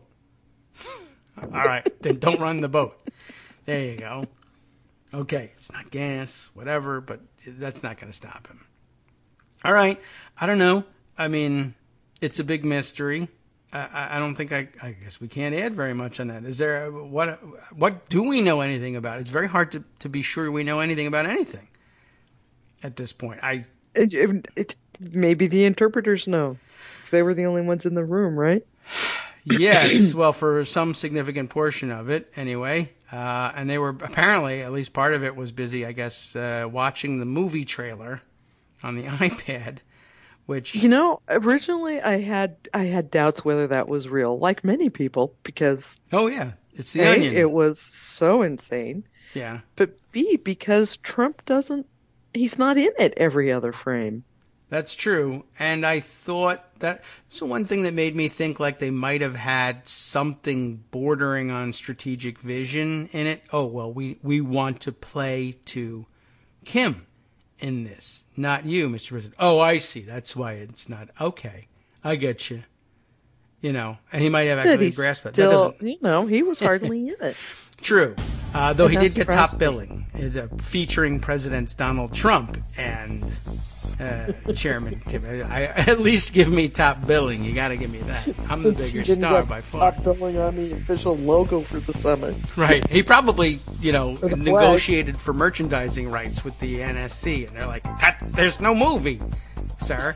Oh, yes, right. All right, well, forget about that. All right, we'll be back in 2 minutes. That'll give us a chance to strategize about what the hell else is going on.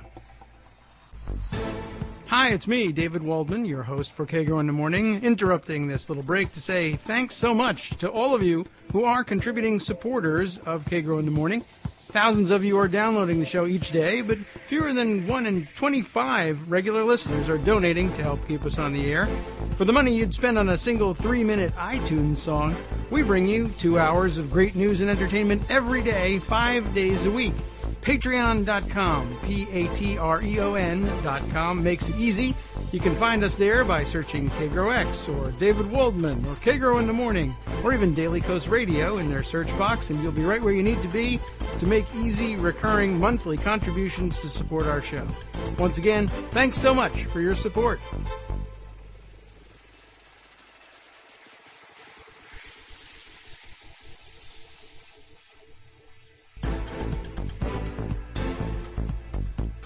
Welcome back now to the Kagro in the Morning Show here on Netroots Radio. We've been puzzling it out during the break. We know of at least one thing that is sort of could be analyzed from a normal standpoint, though, of course, it wouldn't be happening in normal times, but we still have some grounding here.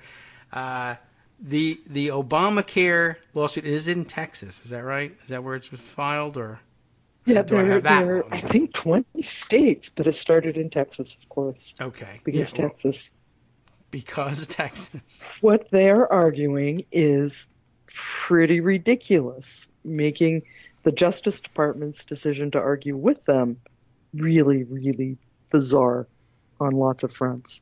They are arguing because the penalty for not having health insurance under the individual mandate has been zeroed out, that means the Supreme Court decision saying it was a tax means it's now unconstitutional, and because that part's unconstitutional, the rest of the protections for pre-existing conditions guaranteed issue is also unconstitutional. So it's the severability argument. I that see. The individual mandate is not severable from the rest of the law, which comes as pretty much of a surprise to every constitutional lawyer. And even some Republicans in the Senate, like Lamar Alexander, who says it's as far-fetched as any I've ever heard. Speaking of the argument, and specifically the Justice Department's argument. Now, Senate Republicans are not wanting people to think that they want pre-existing conditions to go away, because that's the most popular part of Obamacare. Yeah. And Republicans have been spending a lot of time over the past 8 years saying, we hate this law, repeal, repeal, repeal. Oh, except for this part, pre-existing conditions. Yeah. And what did that not turn out to be true all of a sudden, too? It's crazy. Yeah, no, of course, because everything that they've done in their so-called replacement bills would severely undermine those protections and allow insurance companies to keep basically the idea that those protections are on the book, but charge so much to people with these pre-existing conditions that they couldn't afford health insurance anyway. Oh, we always sort of thought but in name only, the protections would still be there. Okay.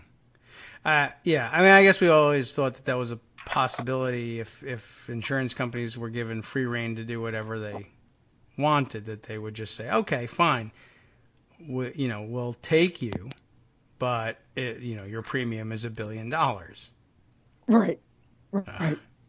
So the argument is really pretty specious. It's the basis for the legal argument will probably only pass muster with the most ideological of Republican judges, but since that's tends to be what they get in Texas, it could advance. It should not advance. And in fact, one of the lead attorneys in the Justice Department is so sure that it should not advance that he resigned over this. We heard about the 3 attorneys, and I think you talked about this a little bit. Yes. Have been sort of in charge of defending Obamacare throughout its life against these kinds of specious claims, withdrew from the brief that the Justice Department filed. They took their names off of it because they disagreed with it. And now one, Joel McIlvaine, who actually was in line to be the next director of the division that is in charge of defending laws in courts, he resigned over this. He left the Justice Department. He's been there for 20 years. Okay. Well, does he make his pension? We don't. I guess if he's 20, maybe. Hopefully, he gets his pension. It's well, one. Thank you for straightening that out because I was puzzled as to how many of them had left, and it was the 2 who were assigned to the brief. Like any other workplace, this is how it works. You two idiots, take care of this case. And they were like, our name is on the brief, and then when it finally comes to light exactly what the argument is going to be and how specious it is, they were like, we're attorneys and we don't do that. Thanks. And, you can withdraw. Now, life will be very difficult for them inside the DOJ for quite some time. And you may see them resign too. But we're only one resignation so far. And it's a big one. Yes. Well, that is pretty big. And, a lot of the DOJ is vacant. Even the part that's occupied is actually vacant. But, all right. Well, what's the schedule? It really is. It's bad for the law. It's bad for people with pre-existing conditions, of course. It's bad for Obamacare. It creates more uncertainty. And because of all of this, it's also bad for Republicans. We're going to see more rate hikes. They're going to be announced in the month before the election for 2019. Republicans are going to be brushed with the very broad stroke of you are sabotaging Obamacare and you are letting Donald Trump do this. So, if there's a bright spot, it's that it's more painful for Republicans. That's hardly a bright spot in the circumstances. But it's beyond all of what it does specifically to this law. It's such a further undermining of how the Justice Department is supposed to work.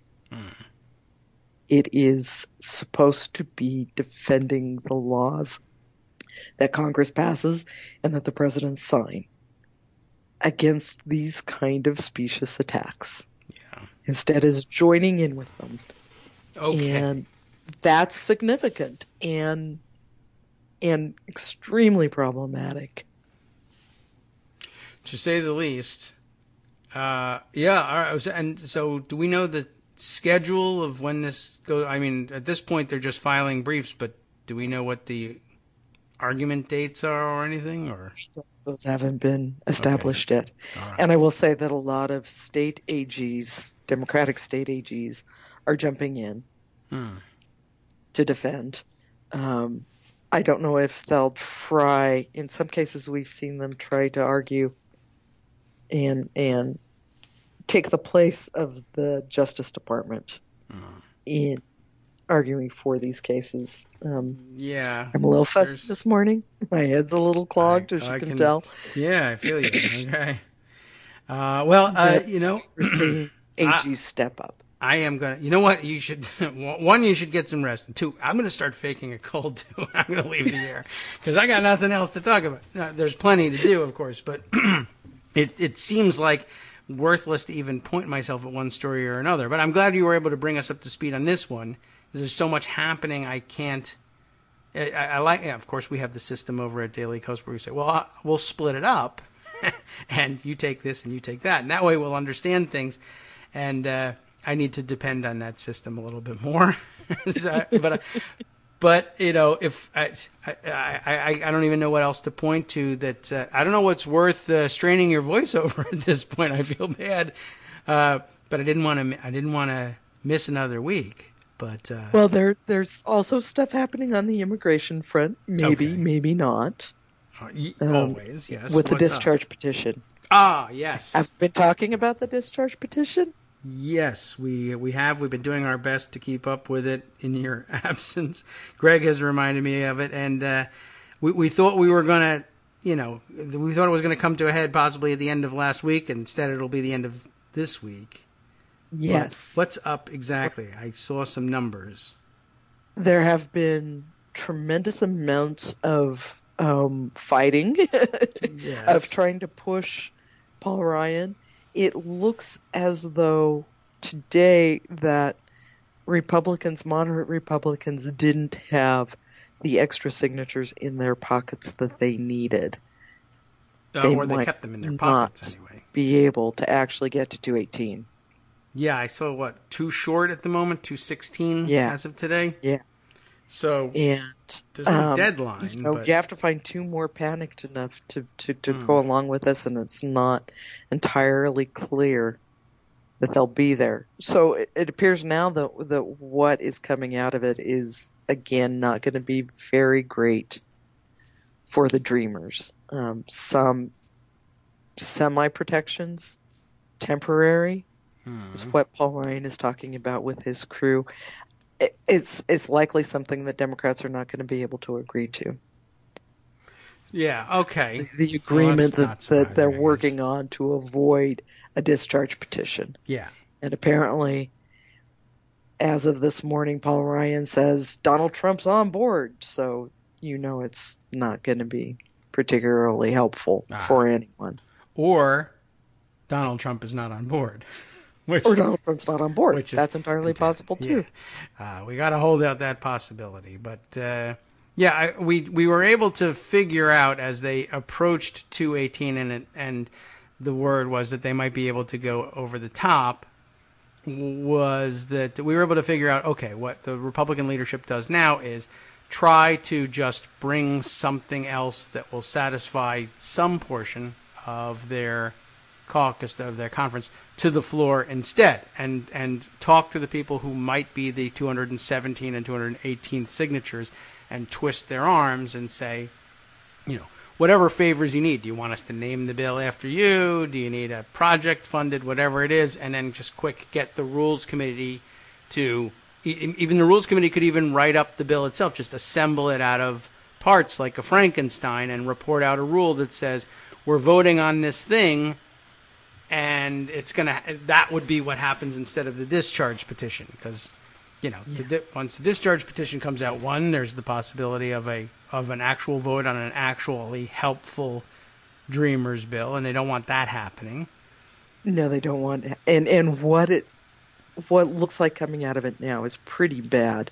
Tom Jowitz, who's the vice president for immigration policy at the Center for American Politics, had a series of tweets last night, and it looks like what they've got is pretty bad.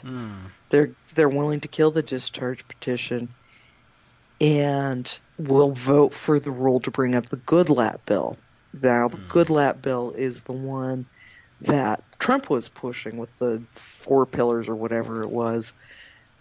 The really anti-immigrant stuff that would slash legal immigration, would end what they call chain migration, the family stuff. Melania's stuff.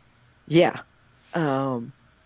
It would criminalize all undocumented immigrants and offer a portion of the Dreamers temporary protection. This is bad. This is really bad. Now, the Goodlatte bill it was contemplated by the discharge petition, right? It was one of several bills that were going to come up under a strange and mostly rarely used procedure that would allow for a vote on 3 or so different alternatives, and Goodlatte was going to be one of them. So Right. the big, so they're saying, well, rather than have the discharge petition that includes a vote on Goodlatte, here's our offer. Just Goodlatte and nothing else, and no danger of voting on anything else. They were going to put them up side by side. Okay, there will be 2 DACA bills Okay. next week. There will be Goodlatte Yes. and a compromise bill that as of yet has not been agreed to. Oh. So it's possible it'll right. be Goodlatte. Wait, so there'll be Goodlatte and then something And else later some to be named. compromise Okay. bill But that no one knows as what. of yet moderates haven't really agreed to, but they're agreeing to bring up. So this as of yet unidentified, unspecified, languageless proposal. So it's like the Korea thing all over again. Yeah. We don't know. Okay. Where what were you reading to find that? Was this you said and the tweet storm that you mentioned was whose work? It's a thread from Center for American Progress Okay. policy guy.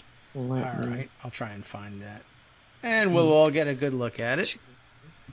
Oh, okay. If you happen to have it handy, then excellent. All right. Well, we'll open that up and share that with everybody later on, and you can figure out just what the hell we're talking about. And by the way, what is I guess occupying the breaking news slot at the moment?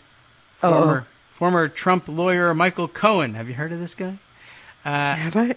It rings a bell. Likely to cooperate with who, I don't know, as his attorneys leave the case, sources say. In other words, Michael Cohen has lost his legal representation. No word yet on why, but there are there's only a select number of normal, these aren't normal times, true. Normally, though, attorneys will leave the case either they aren't getting paid, that's one thing, sometimes that works, or their client has been lying to them unendingly and they cannot ethically go forward, or something worse. But I'm not sure what. It could be any of the above. Yeah. It certainly could be. There always seems to be plenty of cash floating around in theory, but when it comes to paying people they owe money to, they're not particularly good. Now, this comes after rumors last night that Michael Cohen had allegedly told friends that he expects to be arrested within the next couple of days, but then Cohen denying that vociferously afterwards. But now he's lost his attorneys, so we'll have to see over the next couple hours if we get the word on which excuse in particular the attorneys put forward for resigning from the case, and I guess leaving him. The ABC News report's conclusion is here: Cohen, now with no legal representation, now he's an attorney, but okay, no real legal representation, is likely to cooperate with federal prosecutors in New York. We'll see about that. But I don't know. I'm not certain what this means exactly. I'll be very interested to find out eventually what the excuse is. But my guess is that they probably feel like they've been misled. This is perhaps an indication that Do you think something. that they've been misled? Gee, what would make you think that? Yeah, nothing, I guess. He learned from his boss, I mean, and these attorneys are probably like, I really didn't think that every single person involved with the Trump organization was going to be this bad. But, we've heard the stories that Trump's own lawyers refused to meet with him one-on-one, like Kim Jong-un just did, right? Because he's such a liar. Because he lies to them. Right. And he just Kim is in a position he doesn't care, I'm sure. No. But these guys, I guess, were stunned to find out that Michael Cohen, I guess, probably does the same thing. And I guess it'll mean it's an exciting weekend, and we'll hear some really interesting things from Mueller, who also, by the way, I understand has filed a superseding indictment of Paul Manafort, which probably by the weekend means Manafort loses his pretrial release. Because he can't stop colluding. There's no evidence of collusion except for the continuing evidence of collusion I'm giving you right now while I've got an ankle monitor on and they're recording my phone calls. Smart guy, this Paul Manafort is. I saw something about 75 75 blank indictments. Oh? Where did I see that? I just saw a don't know. tweet That sounds fun. roll by and now I can't find it. Oh. Well, we'll be on the lookout. Yes. All units be on the lookout for something about another 75 blank indictments. I can't even tell you what that means at the moment. Yeah, well, it'll be an exciting conclusion to this week. Manafort update. Mueller has filed a request in a Virginia court for, 150 blank subpoenas or 75 sets to be available on the first day of trial in Virginia, which is July 25th. The request is short on details. More soon. Yeah. Okay. Well. Yeah, okay. I don't even know. I don't even know what to make of that. We'll be spending Thursday on that one. I suspect you will. If we find out and you're feeling good and you have some nice hot tea or something and you want to come back and discuss it, you can definitely do that. I don't even know what. We'll see what we can poke around and see if we can find anything to supplement that. I don't think it's going to happen in the next 10 minutes, though. No, I don't think so. But wow, it is pretty amazing. And I don't think we've even gotten to what Scott Pruitt did that was corrupt in the last day or so. We left off, I think the last thing he had been up to was trying to find his wife Chick-fil-A and sending people out to get him Greek yogurt. But I understand there's even more. And used mattresses. Yeah, you were gone for that one. That made it overseas. Did you hear about that one, or were you back already when you? I was just back. I was. Oh man. I mean, how much of a disgusting suck-up can you be as to want used Trump mattresses? I do not know. And by the way, ick. Mm-hmm. Yes, right. I mean, if you were wondering why he wasn't concerned about cleaning up the polluted environment, the answer was the guy sleeps on used mattresses, or wants to, anyway. I don't know whether he thought that was going to impress Donald Trump. I imagine if Donald Trump is really a germaphobe, I'm surprised he didn't fire him right there. But seriously, I don't know. I found that was weird. But all right, okay. I know that Trump is inexplicable, but why hasn't he fired Pruitt? I know a lot of people have been handing me well, he's doing everything that Trump wants, and that's true. But he's surrounded by people who'll do everything he wants. Yeah, it could be anybody. He can get another one of those easy. And I guess the other theory is, if people are focused on Pruitt, but they're not. They're only focused on Pruitt because they can use it to hurt Trump. So I don't really know. That's another good question. And the answer may be he doesn't know who Pruitt is. That's a possibility. As possible. Yeah. Yeah. Or, I don't know. He's not paying him any money, even though he tried to buy the mattress, I guess. I don't know. This is all I can do is tell you what other people theorize. Oh, well. Okay. Well, I don't know. We'll try and find some things to wrap up with, and I thank you for coming by, and I hope it wasn't too much of a struggle for you to voice-wise. Coming back after 3 weeks of vacation, everything is a struggle. Yeah. But I'm saying thank you. And I appreciate it, and we're glad to have you back. And I'm sorry it was such a struggle. I say I hope it wasn't, but I think that's pointless. I can hear it that it was. But I hope you had a great vacation, and that another one comes soon, and we all get to go with you. Vacation. Excellent. I had a fabulous vacation. We need more of these. Yes. Well, that's our fervent hope that everyone gets the chance to take a few days off. And thanks again for joining us. You're welcome. And look, feel better, and think about being in France. That'll probably lift your spirits. I'll have a glass of wine this afternoon. Okay. Yeah, right. In fact, do it in the morning. That sounds French. Okay. Yeah. I can do that. No problem. It's the afternoon in France. So it is. What's it is. the problem? It's 1 o'clock. It's always that time. All right. Thanks again, Joan. Take care. You're welcome. Talk to you next week. Good to hear from you. Thank you. And we'll look forward to it again next week.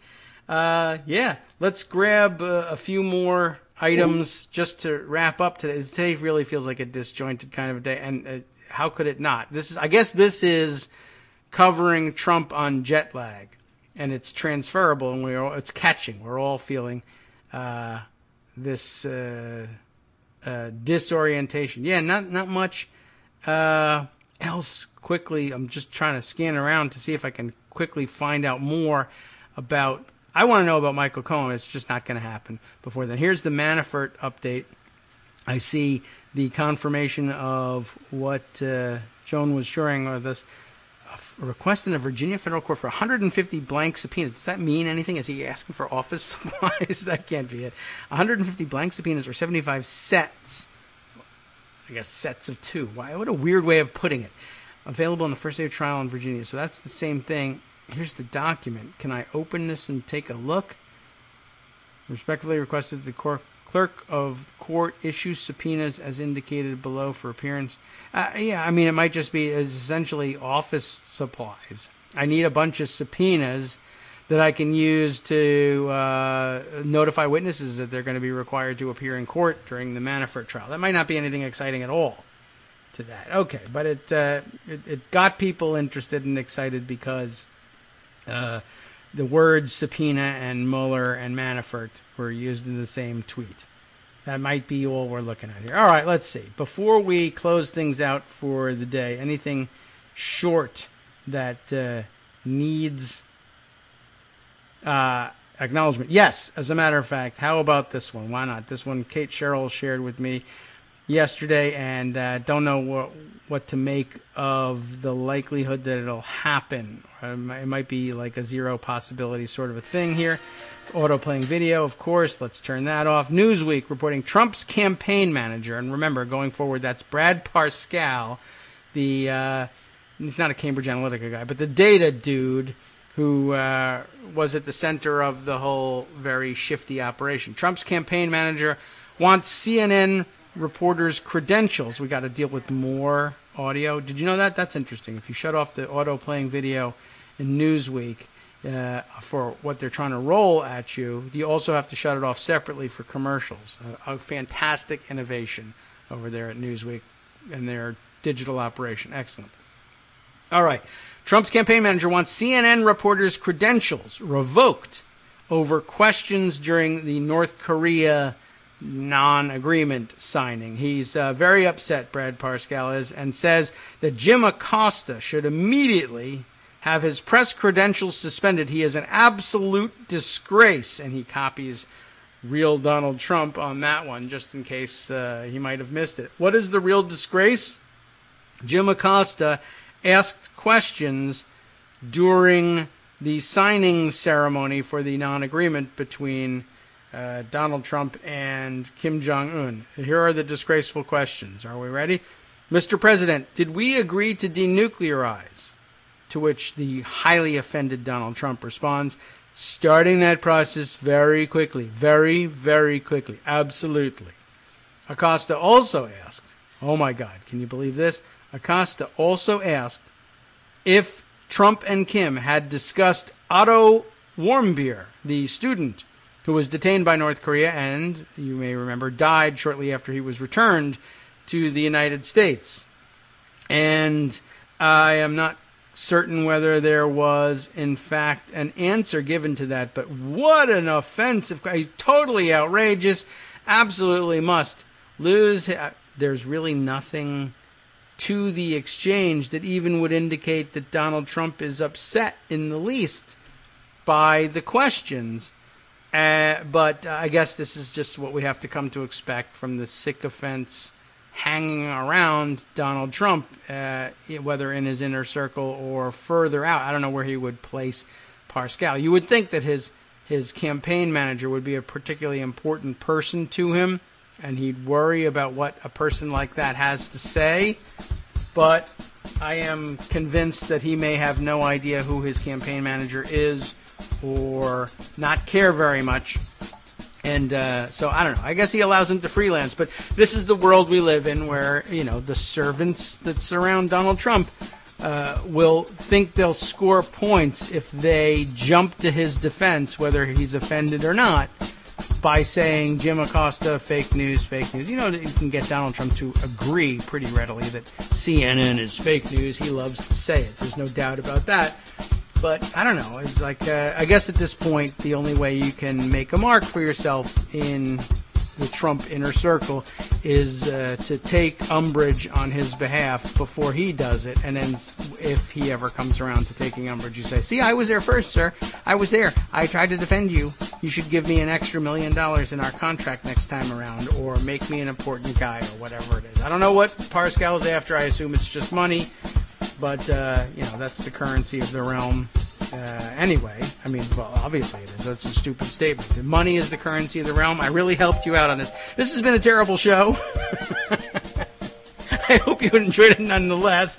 And I'll tell you what, there's a solution for having a terrible show, and it's following it up with an excellent show, and that's coming next. The West Coast Cookbook and Speakeasy with Justice Putnam. I have a feeling he'll make sense of things, even if I can't. Networksradio.com. You have been listening to the Kagro in the Morning Show with David Waldman. Look, he's got an organized show. The Pentagon, I'm finding an answer. The Pentagon says they'll obey Trump's career orders as soon as they figure out what the hell he's talking about. And what else? We got collections from around the world. A Colorado woman faces jail time for writing "Stop Putting Kids in Cages" in chalk outside the offices of Representative Ken Buck, Republican.